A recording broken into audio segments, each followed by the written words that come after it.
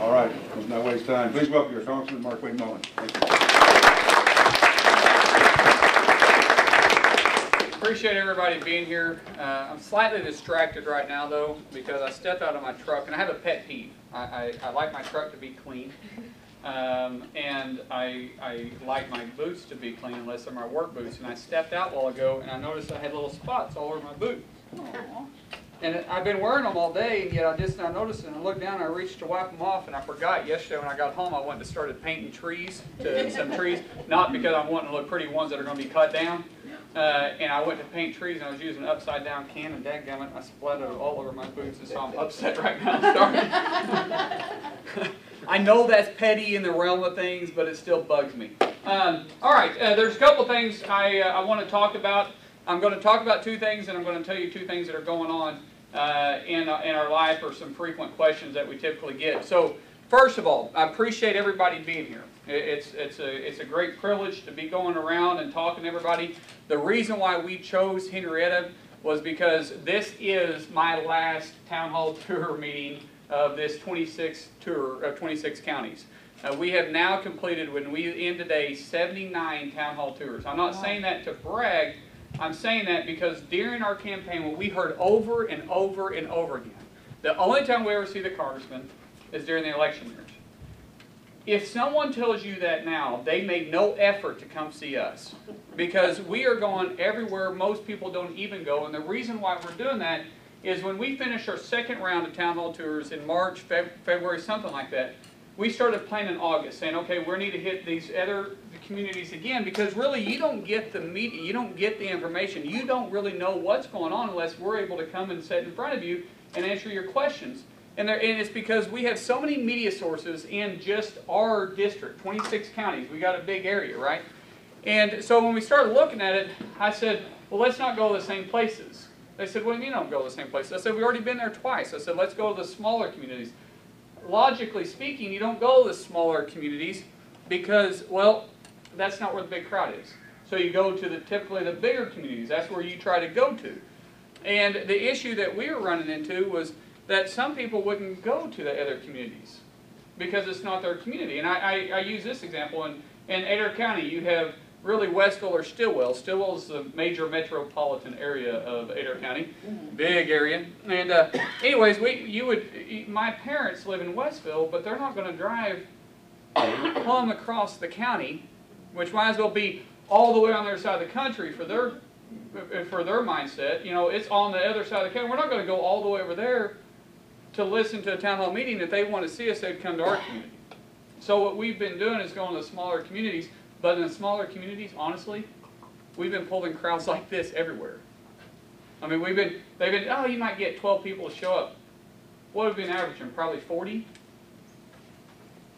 50? We've been averaging 50 people per the town hall meetings. So their logic wasn't right again. And what we've also had is many times it's the first time several people in the crowd that they've ever went to a town hall meeting. So how many people this is your first town hall meeting to ever go to? You see my point?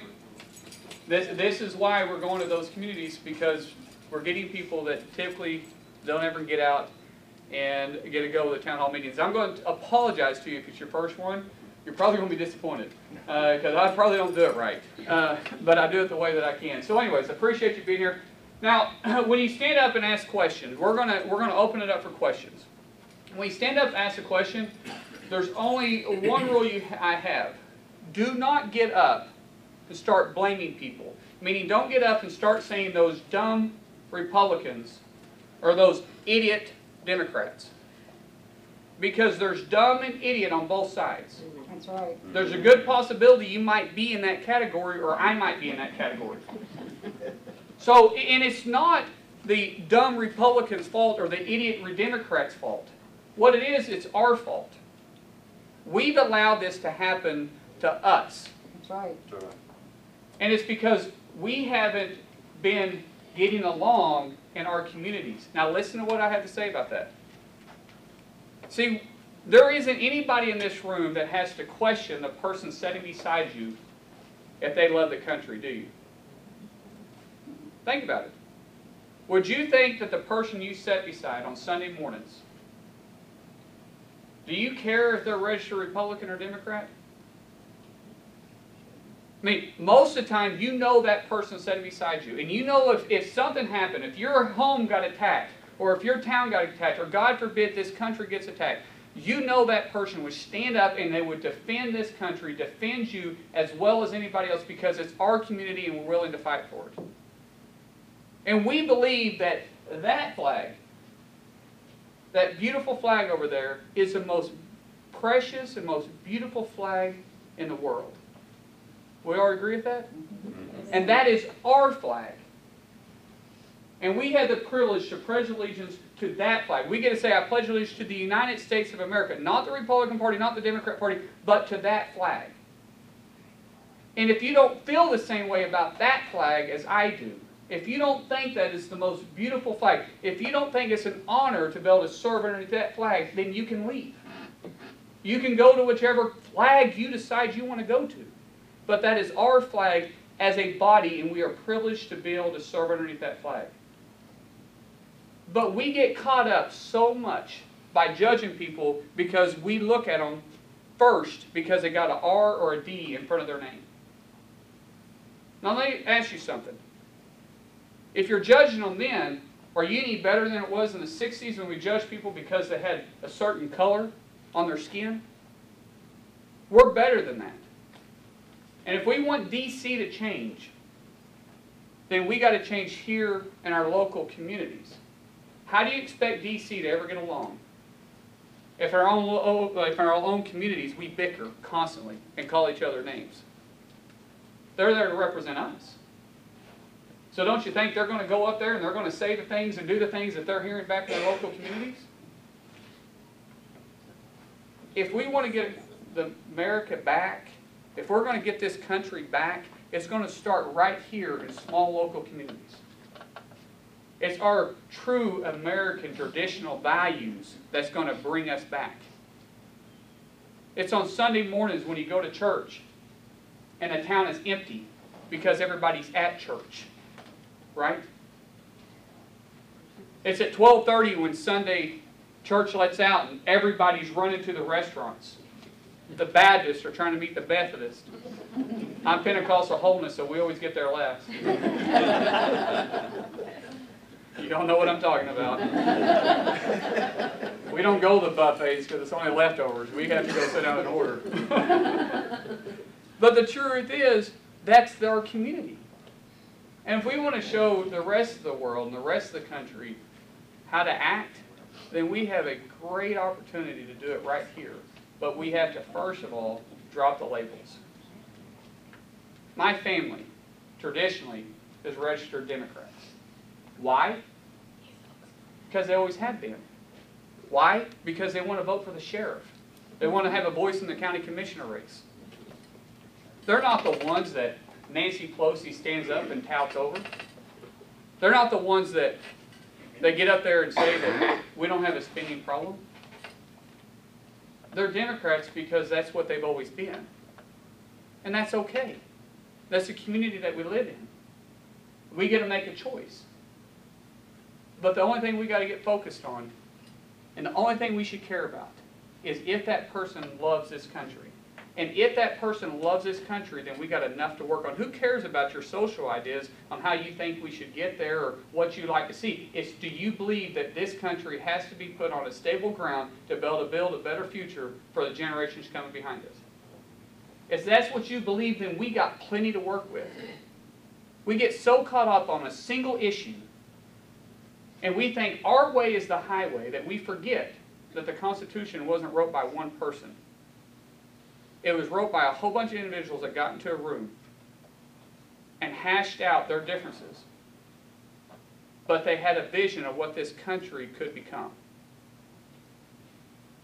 Everybody agree with that? Mm-hmm. That's our building foundation. That's what we have to do. So drop those labels. Second of all, if you've got a comment to make, stand up, make your comment, be passionate about your comment, but then sit down. Don't get mad because I might not be willing to pick up your banner. I might not be willing to carry just your torch. See, it's okay that you're passionate about your issue. You should be passionate about it. But I'm passionate about issues too. And you probably have more than just that one that you're carrying, but that's the front one. And we might be carrying some of the other ones. But just think about this. If everybody jumped on your bandwagon with you and fought that one issue, then we'd be only fighting one front. And there's a lot of other fronts we got to be fighting. So don't get upset because somebody isn't as passionate about one issue that you are. It's okay. Doesn't mean that I don't agree with you. It just means that I don't want to pick up that one. I've got something else that I'm more passionate about. So, everybody okay with that? So there's ground rules. Two things. I always get asked this question, am I having fun? Always, every time I get asked this question. It's like it's the go-to question. You don't have anything else to ask me, so you say, are you having fun? No. I don't like putting a suit on. I don't like choking myself with a piece of cloth that supposedly looks good around your neck. I don't like the crowds. I don't like the honking horns. I don't like the concrete everywhere. I love the country. I love the idea that the biggest crowd I used to have around me was in the dairy barn. I love the idea that I get to wake up every morning, and this morning I walked out to get in my truck, and it was about 5:30-ish, and I hear a deer snorted and ran off. Love that. That's great. That's not what I hear in D.C. But it's an honor, and I thank you so much for giving me the privilege to do it. I never take it for granted when I get to stand up and I get to walk in those halls and think that a kid from Westville, small town at Westville, got fed up with an issue and he decided to run. And a lot of people said, you're crazy. But I said, no, I'm the only one that can tell me I can quit. They said, you can't do it. No, I believe I can because I'm fed up enough about it. It's crazy to think that a kid from Westville can go up there and be United States Congressman, that you gave me the privilege to serve. It's crazy to think that I get to walk in the halls of those same people that I read about in history, and I thank you so much for that. And I'll never take it for granted. But the minute I start having fun, I'm done. Because there's too many people up there having fun. So, now, last thing.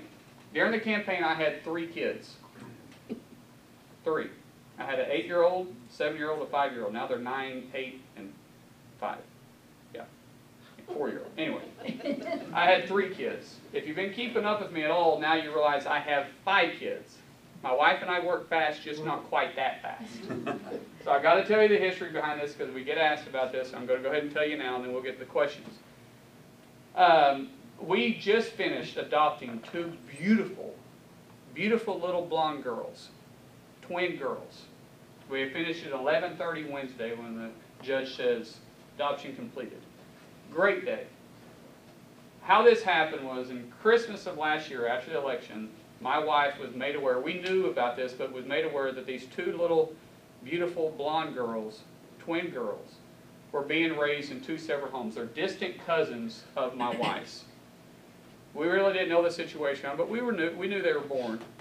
But at Christmas time, she found out that these 2 girls, one was being raised by a great aunt who loved them, and one was being raised by a great grandmother who loved them.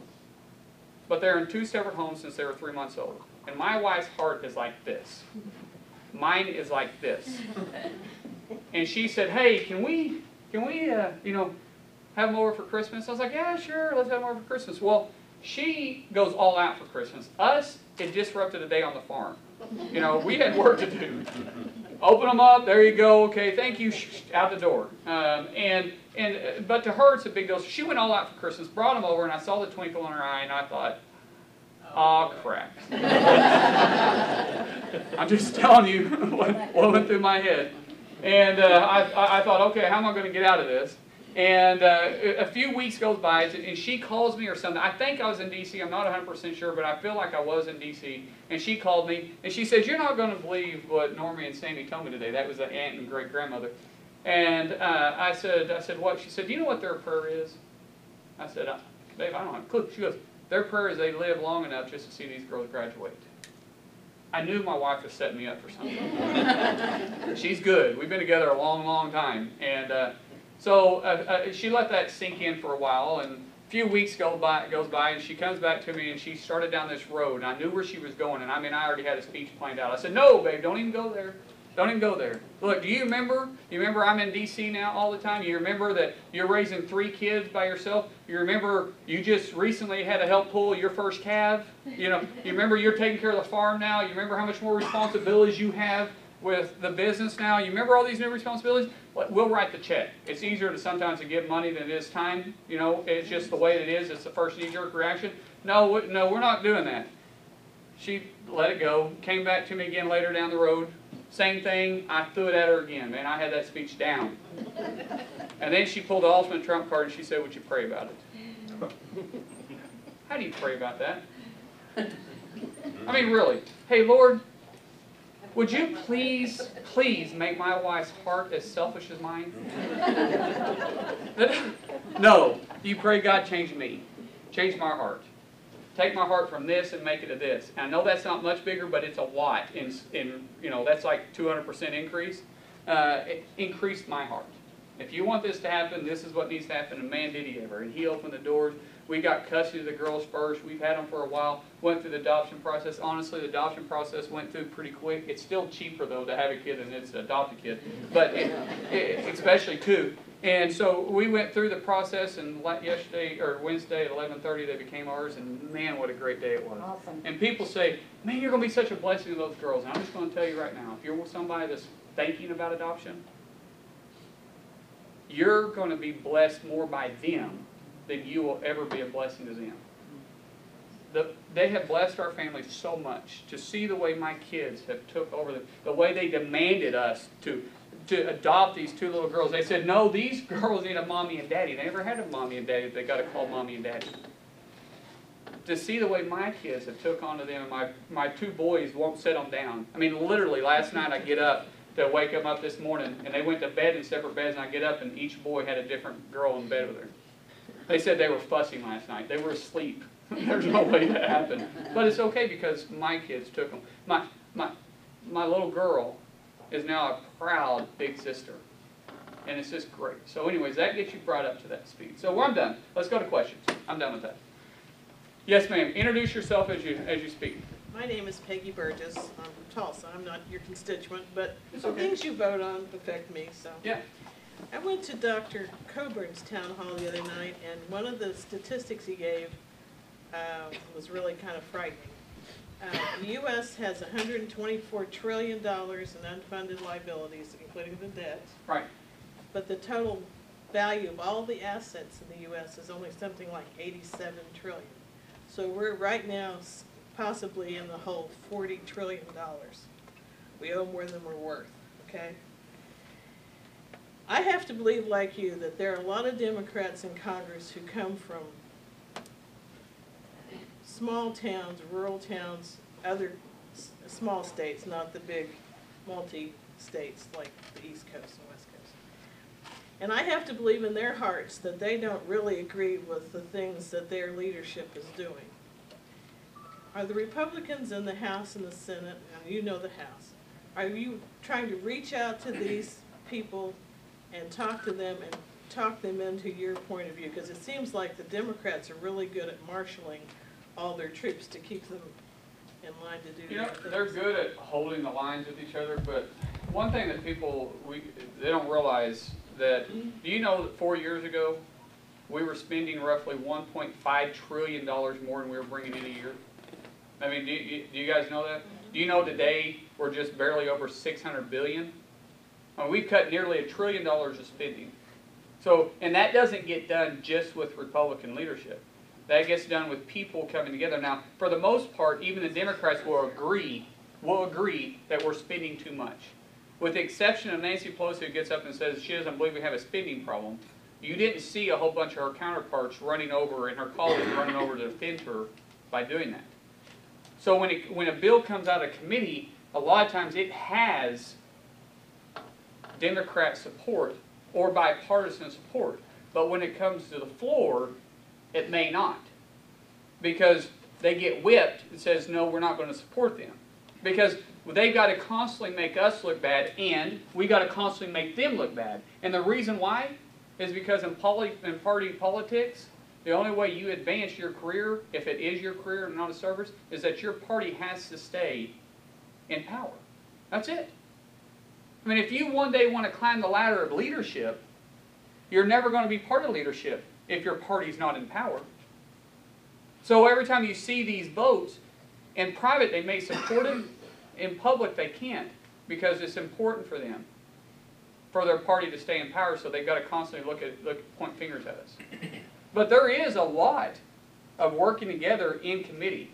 You just don't get to see that on the floor because the cameras aren't always on in the committee room. As soon as the cameras get on, total different story. Everybody just all of a sudden forgets everything they were talking about. I do have a question. Who would have thought, Ron? I know. Rhonda Villamont-Smith, Tulsa 912 Project. When you were running, you and I had a couple of conversations. And I told you that if you won, I would hold you accountable. And you said that you didn't worry so much about me as you did your wife. And true. So right now, according to the Heritage Action Scorecard, you have a 58%. Mm-hmm. A 58% is an F. Mm-hmm. Can you explain that? Sure, absolutely. See, this is where we get caught up on single issues. See, the Heritage, they might support 90% of a bill, but there's one issue in there that is their flagship issue, and they won't support it, so they'll score against it. I could care less how these organizations score me. Never paid attention to them. People come to the House floor and says, this group scored against us, this group scored against us. I don't care. I'm looking at the bill, and this is the way I look at the bill. I look at a bill in what can I accept in that bill. And I grade it by knowing what I want and what I accept. And here's a good example for this. When I first started business when I was 20 years old, I'd go to bid contracts, and we would get the bid, or we would go into negotiations, and I'd walk in there with my bid. And I'd say, that's my bid. Take it or leave it. That's 100% of what I'm going to do and 100% of what I want. I end up walking out the door a lot of times without the bid. And somebody else was doing the work. And I started realizing, what is going on? Why do I keep losing? And then I started figuring out, oh yeah, I've got to figure out how to negotiate. And the only way you can negotiate is by knowing what you want. And so I would go into a bid then and I'd say, I want 110%, but I will accept 70. And to know what you accept, you also got to know what it is you will accept. But I will push away from the table at 69%. I'm gone. 69%, I'm done. There you go. So in Congress, I go there and I approach it the same way. Because see, if I only accepted 100% of what I wanted in my companies on all my bids, Rhonda, I would have went flat broke. And we've got a lot of people up there in D.C. right now that will only accept 100%. And when you only accept 100% and you're not willing to negotiate on anything, then guess what's happening with the country right now? We're going flat broke. Right, but okay, what so about there's fighting? I mean, there's a difference between negotiating and fighting. There's a difference between knowing what you will accept and what you won't accept. And a lot of these people that come in there and they only vote because Heritage is scoring it a separate way, or this other group is scoring it for a separate way, are they really standing on their own 2 feet? Are they really being their own people? No, they're paying attention to what another group is telling them how to vote. They don't always know the facts. A lot of stuff will have a pretty picture, but they won't know everything underneath it. Or it'll have an ugly picture, but they won't know everything that's underneath it. The only thing they're worried about is one issue. It's my issue. It's what the group was founded on. It's my issue. That's it. I don't care anything else. But that's not being a constituent. That's not even being a representative. You're beholden to a group. And what ends up happening when you get so far on some issue, when you don't even know what you will accept, the only thing you become at some point is an obstructionist. And when you're an obstructionist and you can't figure out what you will accept, you're okay with status quo. Because you will say no to anything. And if you say no to anything, then you're not accepting any type of change. The biggest gripe that I have right now, you open this can, Rhonda, so I'm going to go down now. The biggest gripe I have right now is the Farm Bill is a perfect example. The Farm Bill came to the House floor with $40 billion worth of cuts. $40 billion. That's real money worth of cuts. $20 billion came from the farm side of it, which was about 27% of the bill. $20 billion came from the SNAP program, which was about 73% of the bill. It came out of committee with 50 Democrats saying they're going to support it. 50. That's a tremendous amount of bipartisan support. That means that the Senate is almost guaranteed to have to pick it up. Almost guaranteed. $40 billion worth of cuts. It had reforms in the SNAP program. It was going to have people actually work. Oh, no. Actually work. Now, there's an argument saying they can't work. It creates a hardship on them finding a job. They're going to really work 40 hours a week? They're really going to work 40 hours a week trying to find a job. If they are, they will find a job. It was going to make them, or give the opportunity for the states to do drug testing. It was going to have requirements for them to actually show up rather than just get online and fill out a card and get their card refilled. It was going to hold them accountable and make sure that the money we're sending out is going to the people that need help, not those that choose not to work. Two totally different things. And what happened? We had a group of people come in there, and they threw an amendment at the bill, and they were told, if you throw this amendment at it, and it passes, we're losing the Democrat support. The bill is almost guaranteed at that point to fail. This group didn't care. They went ahead and went in there, and they threw this amendment at it. Threw it at it. Of course, it passed. What amendment was it? It was an amendment to take the SNAP program from 30 million, or from 20 billion, up even higher than that. It was going to have more requirements in there that the Democrats said they couldn't support. I agree there should be more oversight, but you've got to start someplace. You can't just get all you want at once. So they threw this amendment at it. The Democrats said, we're going. We're not voting for it. So I a lot of times vote on the Democrat side, and I don't do that because of any being a jerk or anything. It's just that that's the elevator I come up to get to the House floor because it's closer to my office. So a lot of times I vote over there. And I get along with them. They just vote wrong all the time. I'm kidding about that. But I get along with them all the time. We choke and we laugh and all this stuff. And I'm on the House floor and I'm watching this bill go down. $40 billion worth of cuts. Costing everybody that's listening to me right now, costing you real money. $40 billion worth of cuts. I'm watching it go down. The people that threw that amendment on there aren't even supporting it. They're not even voting for it. Yet, they were the ones that put this amendment on it to make sure that their voice got heard, and then they won't even support the final passage of the bill. What they did is they took something, they threw it at the wall to see if it would stick, and said, that didn't stick. Okay, sorry. I'm not cleaning it up. Let somebody else clean that up. And what ended up happening after the vote failed, I'm sitting over there, and the most liberal group on the Democrat Party, because they're not all that liberal, the most liberal group sit over there, made me so mad what they said. I'm sitting right behind them. And they said, thank God for the Tea Party. Because the Tea Party voted with them. Thank God for the Tea Party. It made me want to puke. Because what's happened to the Tea Party, it has been hijacked. It's been hijacked by people that fly underneath the word of being, I'm the most conservative. And they're doing nothing more but being obstructionists and costing you and I real money because they can't figure out what they can even accept. The Tea Party was originally set up because people were tired of labels. They didn't want the Republican Party to be the only one that was being represented. They didn't want the Democrat Party to be the only one that was represented. They wanted to bring the group together and put the country first. The country first. Not my agenda, not the heritage agenda, my own country. Put that agenda first. And it has been hijacked by people that are out there that just want to get headlines. And they're doing nothing but being okay with status quo because they don't even know where to start. They don't even know what they can accept. And it's so frustrating. Now that farm bill will probably come back. And we'll be lucky to get $10 billion worth of cuts. Lucky. And I guarantee you we won't have even a hint of the reforms. So let me ask you, did they do any good? Guess who scored against it? The heritage. I could go bill after bill after bill after bill and I could talk about that. I could care less the way these groups want to score something because I know every time I cast a vote, I've got the country's best interest in mind. I know the issue. I know the bill because I spend an hour and a half to 2 hours every night studying it. I guarantee you most of my colleagues can't say that. And I'm voting on it not because my phone has rang off the hook. I'm voting on it because I have the facts. And I believe taking chunks out of it is better than trying to get all at once, because it's not ever going to happen, because we aren't the only group in power. But no one seems to care about that. No one wants to report the facts that we've cut nearly $1 trillion out of spending. It's just we're a do-nothing Congress. We're a do-nothing, but we're saving the taxpayers' money.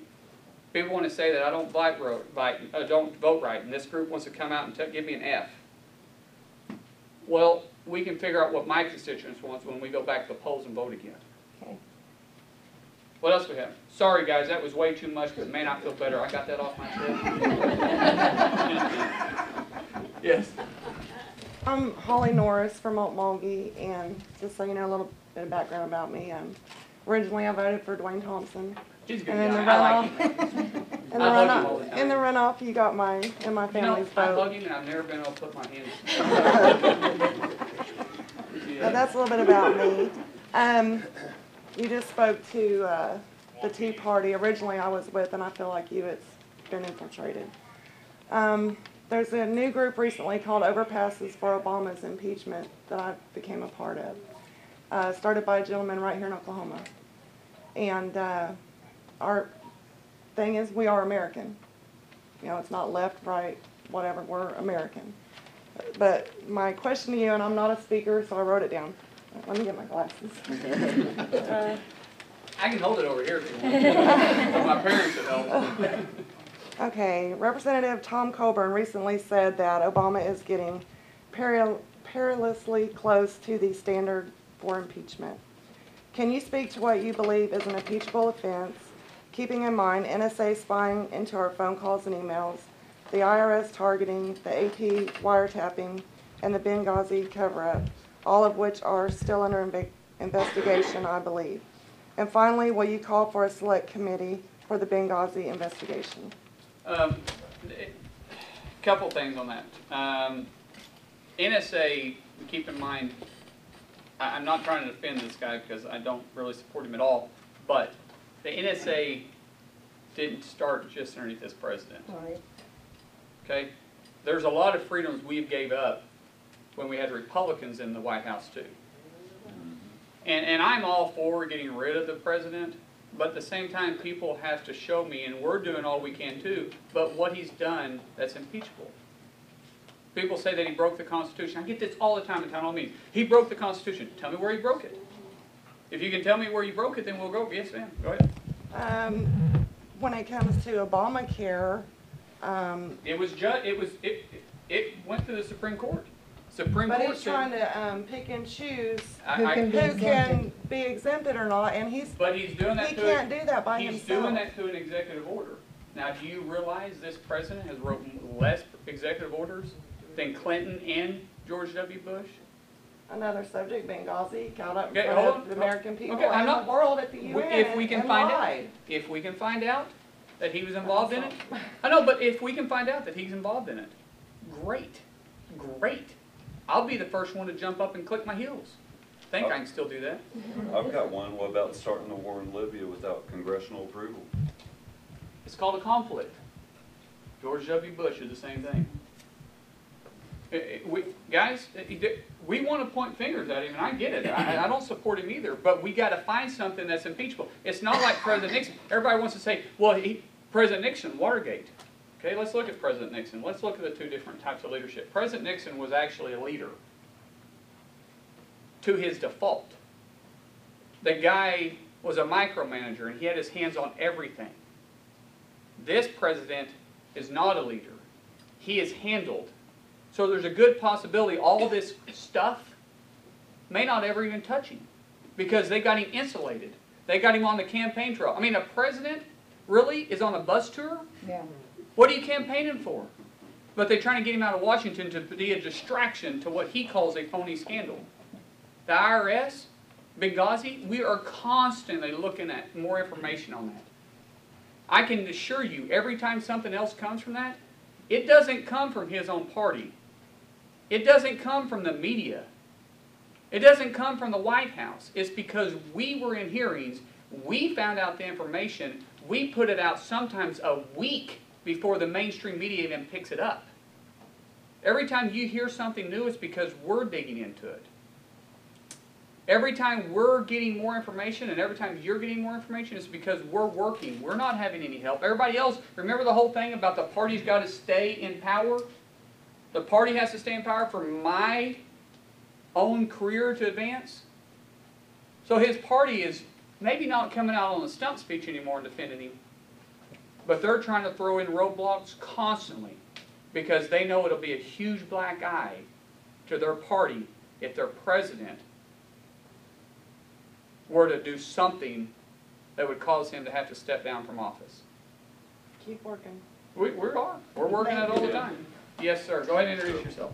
Bill Middleton, I'm working with Mulkey. What has been the biggest effect on the 2nd District with sequestration, good or bad? Well, it's bad. I mean, it's good that we're saving money. It's bad that government, once again, can't do their job.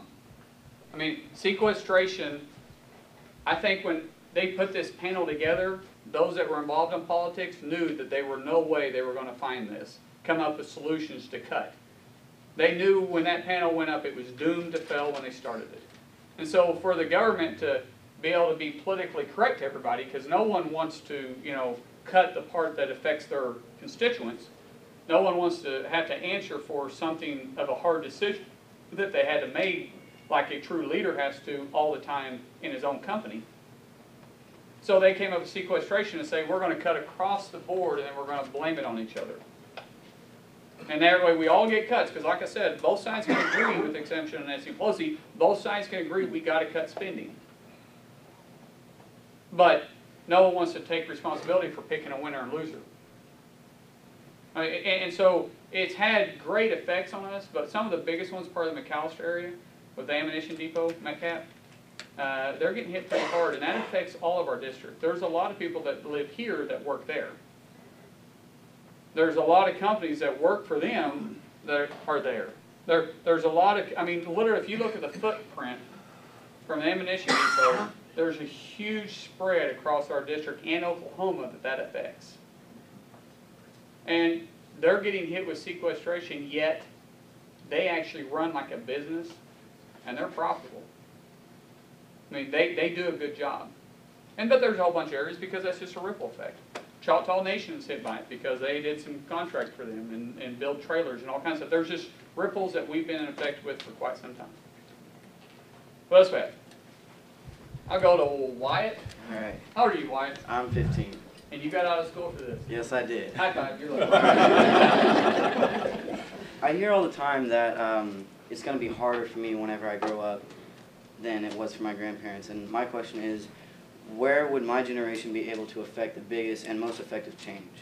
Learn from our mistakes, Wyatt. Okay. I mean, I know that's not a cop-out. That's true. I've made a million mistakes in my life, 100 maybe this week.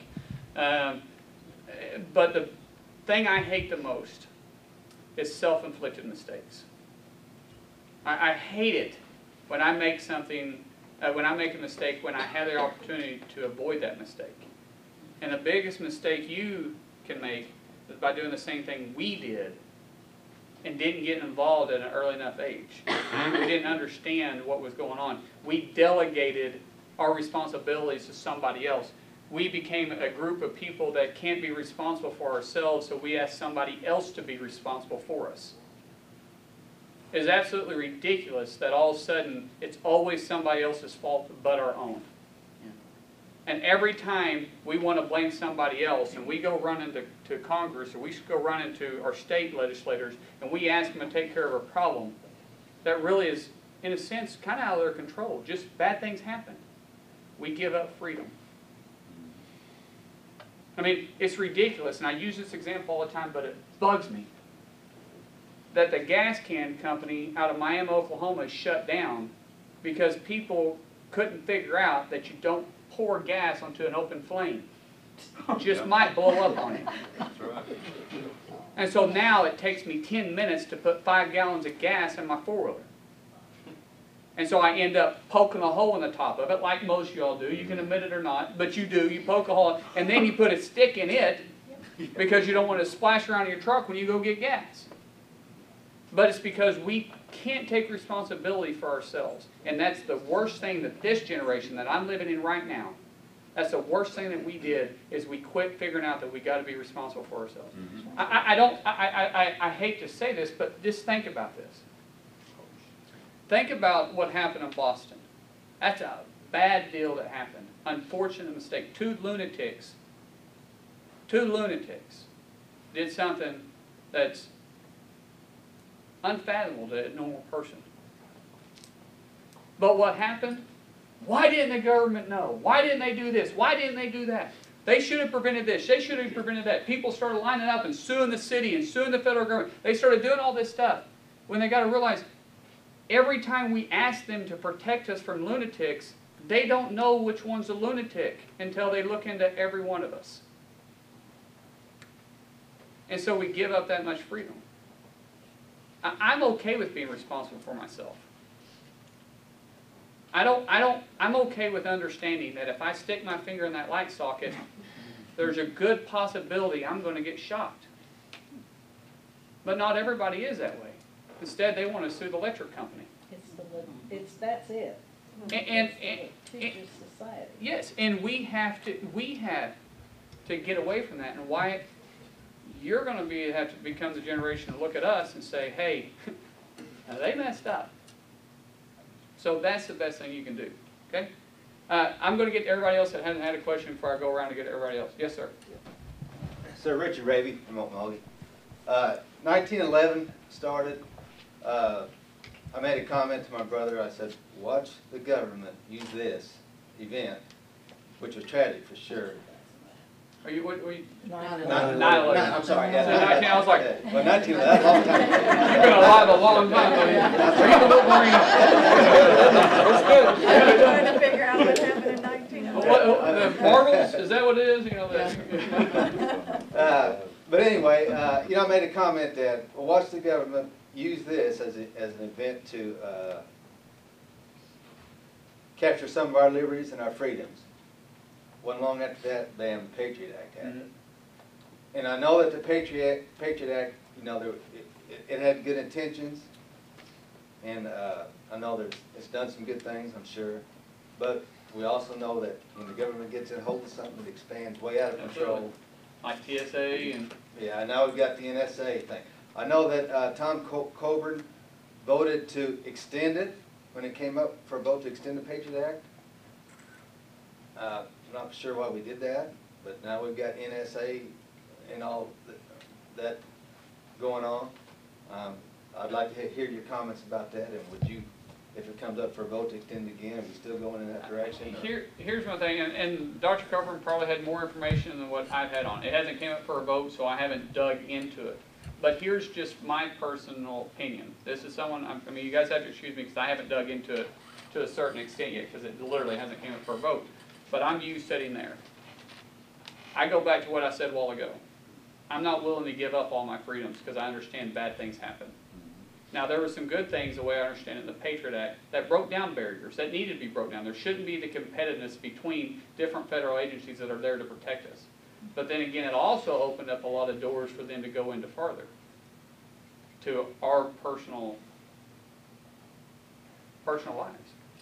I mean, it's at some point, like I said, we got to be responsible for ourselves. So I can't tell you exactly how I vote on it because I haven't seen it, but I can tell you what I'm going to refer back to: self-responsibility. I'm okay with voting no on some of this stuff, but I'm also okay with knowing that I got to stand on my own 2 feet. It's like my Sandy vote. You know, about the aid over there, and then the first thing that started happening is I started getting hit when more got hit. I bet now you wish you would have done this. No, because Oklahoma proved my point. We became the Oklahoma standard. We started taking care of ourselves. Neighbor taking care of neighbors, and that's what we have to do. That's right. Amen. Yes, ma'am. Hi, Cindy Hampton from Mounds. That's bigger than even Westville. Yeah. Going back to what the overpass lady said about impeachable offenses and you're saying nothing he's done is impeachable or whatever, but, Yet, that we've proven. I'm not saying he hasn't done anything, we're still looking. right. But every time he gets on TV and gives a speech, it's lies. I just came from a breakfast with Jim Bridenstine, and he gave, I know, 3 examples of speeches he listened to, turned around, went home, did the research, and just factual lies. And the media won't come to us, our party, our platform, whatever. So can we go to the media? I mean, can only like the Speaker of the House call a press conference? Every time Obama goes on TV and lies, can we not say, okay, time out, press conference? We can, but you gotta And realize. someone besides John Boehner being our speaker. I mean, someone who's not afraid to tell the truth. And Here's the thing about this. would that not help our party get our message out? You're fighting an upstream fight that you're gonna lose. You But can it's call a worth press the conference. fight. Hold on, just listen to me just a second. You can get up and you can call a press conference. That doesn't mean anybody's gonna show up. They call press conferences all the time.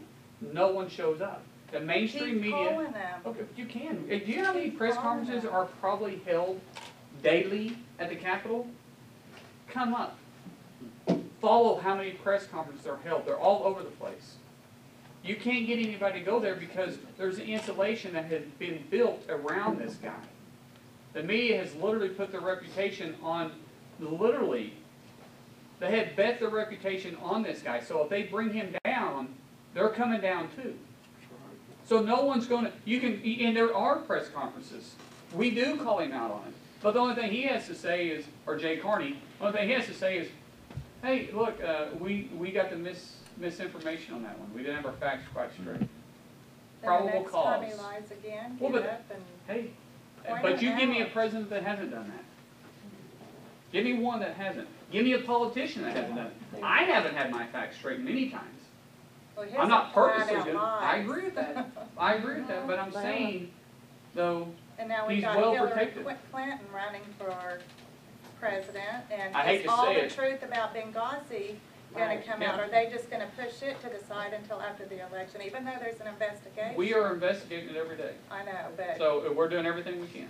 Everything we can. we've got to get the truth out. Man, we try. What, do you think we're just sitting back? No, but I I mean, do you want think- you do you to think try the only- harder. I think Man, how hard dragging his do feet. you want us to try? We spend every single day, like I said a while ago, every time you hear something new come out about it, it's because the Republican Party, I'm not saying just the Republican Party is supporting it, because there's a lot of Democrats too, but we're not the ones letting it set. We're the ones that are constantly out there pounding the pavement, getting more information, chasing these people down, all the time. Why do you think that all of a sudden a report came out that said there were CIA agents on the ground during Benghazi attack? Do you think the Democrat Party, you think the White House sent that out? Would you call for a special committee to investigate? There is a committee out there already. There's groups that are already going out there. We have that in place.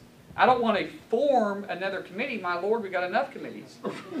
But we've got groups that are already out there. We've got special panels inside that committee that has the oversight that is going after those Can already. they get the subpoenas they need? We have got subpoenas, and do you know what turns up happening? They turn back around and say, the White House says, no, those aren't legal subpoenas. Or they do like they are with these CIA agents, they're transferring them every 3 weeks, and we can't keep up with them. Our subpoena can't reach them fast enough. So you can't call for a special committee? Ma'am, I just said there's committees already out there. There's subcommittees that are on the committees. I don't know why you would need a call for a special committee. A What, select committee, that's just what what, I've been hearing. okay, but what do you want to get out of that? This is some people that are throwing out good headline words. But what is it that they're really wanting to get out there? There's already committees looking into it. How many more committees do you want? You get 6 committees in it, you're going to have 6 people working on the same issue. I Let's really all don't be know much focused about together. it. All I know is I've heard if we can get a select committee or a special committee, Because that that's we the group, can that's put the out special group. subpoenas. That's a that- special group that's out there running, but the committee still has to send a subpoena from the main committee. You still have to have those out there. Yes, sir. More of a statement than a question. Go ahead and introduce yourself. In office, some people swell and others grow. We're mighty proud of the way you've grown in office. Yeah. You've done a great job. Thank you. Appreciate that. Appreciate that. How many more questions do we have? How many more people got to ask questions? Okay, I've got, how many? You can see the hands. 1, 2, 3, 4. Okay, I think I saw 3 or something. I'm going to get to them all. Make it quick so I can get to them. Dwayne, I know. Keep your answer short. Okay, I will. Go ahead. Yes, my name is William Morris. I live in Henryetta. Yes, ma'am. Or sir. With 9/11 approaching, why are we allowing 1 million Muslims to march on our nation's capital? If we have that many Muslims in one spot, there is going to be trouble, and I just don't see the logic in it. And there needs to be something done about it because they love numbers, and everybody knows that 9/11, they're going to do something. Last year it was Benghazi. What's it going to be this year? Look, there's still, I would assume, the majority of them are American citizens. They have the right to do that. We're Americans, and we have freedom from or of religion, not from religion. Keep that in mind. Of means that we can worship the way that we want to. I may not agree with it. I don't like the idea of what they do and what they stand for, but they're still American citizens. But we get persecuted for Not being all of Christians. I don't disagree with that. I don't disagree with that, but understand what we just talked about just a second ago about giving up our freedoms. Because if we allow them to attack one group and we say you shut them down, where does it stop? Let's think about regulatory agencies. Let's just go back with it first. EPA got a war on coal. Now they got a war on fracking. Where does it stop?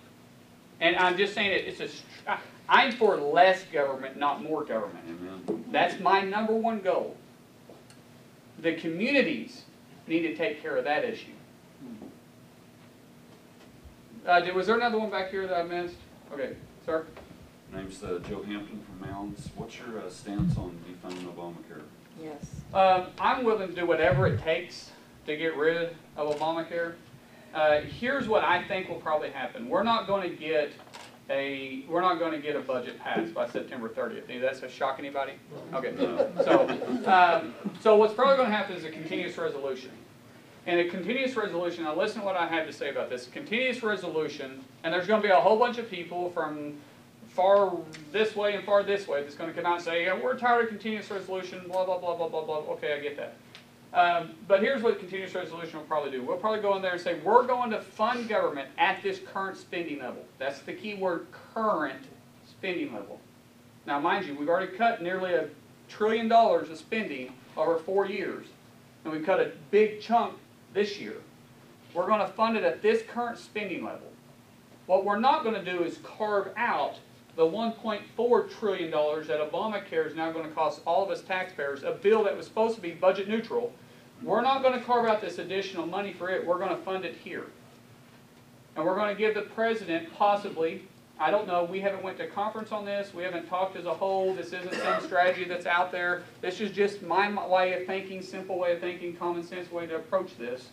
We're going to put the president and the Senate to say, look, are you willing to shut down non-essential, because the essential role of government will still be funded. A bill's already been passed about that, so shut down government isn't going to happen. Social Security checks, Right. military, our Medicare, the essential roles of government is going to be funded. The EPA might be shut down for a day. I'd hate that.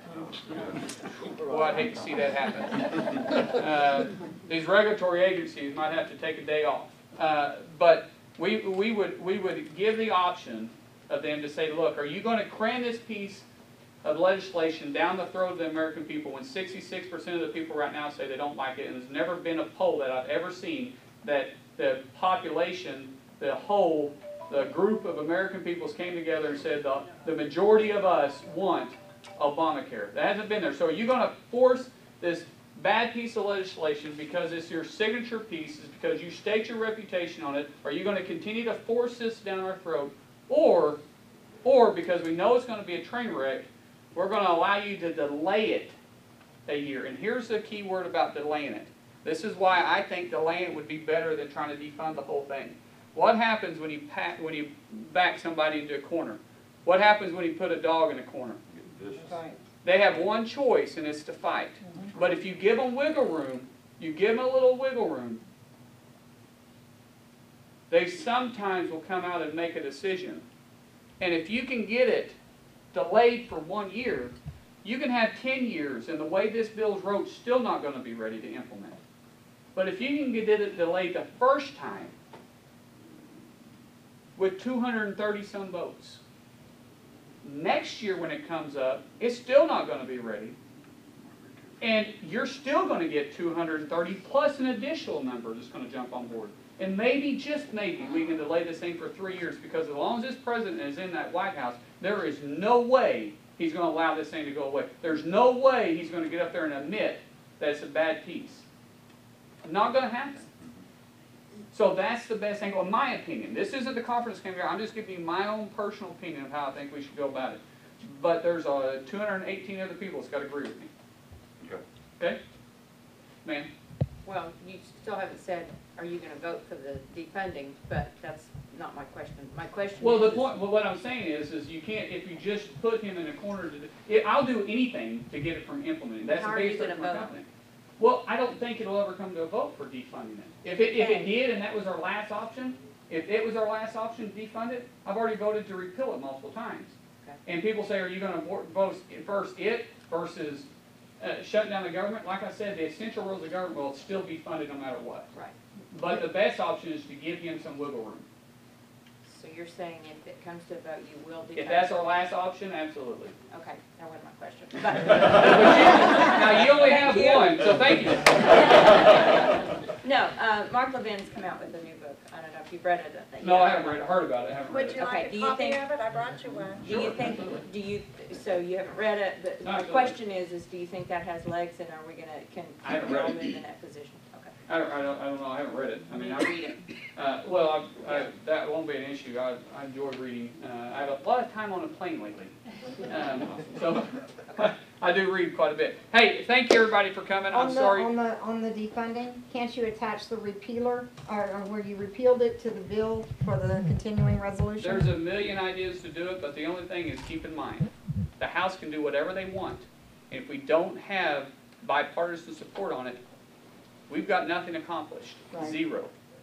We have to make sure that when we work, we're working together as a group, because we got to have enough bipartisan support to get the Senate to pick it up. So Rhonda, you can come up and dream up with the biggest, fanciest bill, defund it, get rid of it, repeal it, whatever you want, but we haven't got it done yet. Because we haven't had bipartisan support. We don't control the Senate. If we control the Senate and the White House, hey, let's shoot for the moon. We have done that, and we're still in the mess that we're in. Absolutely. At one time we had. Absolutely. So see my point. We got to work together on this. Thank you, everybody. Appreciate your time.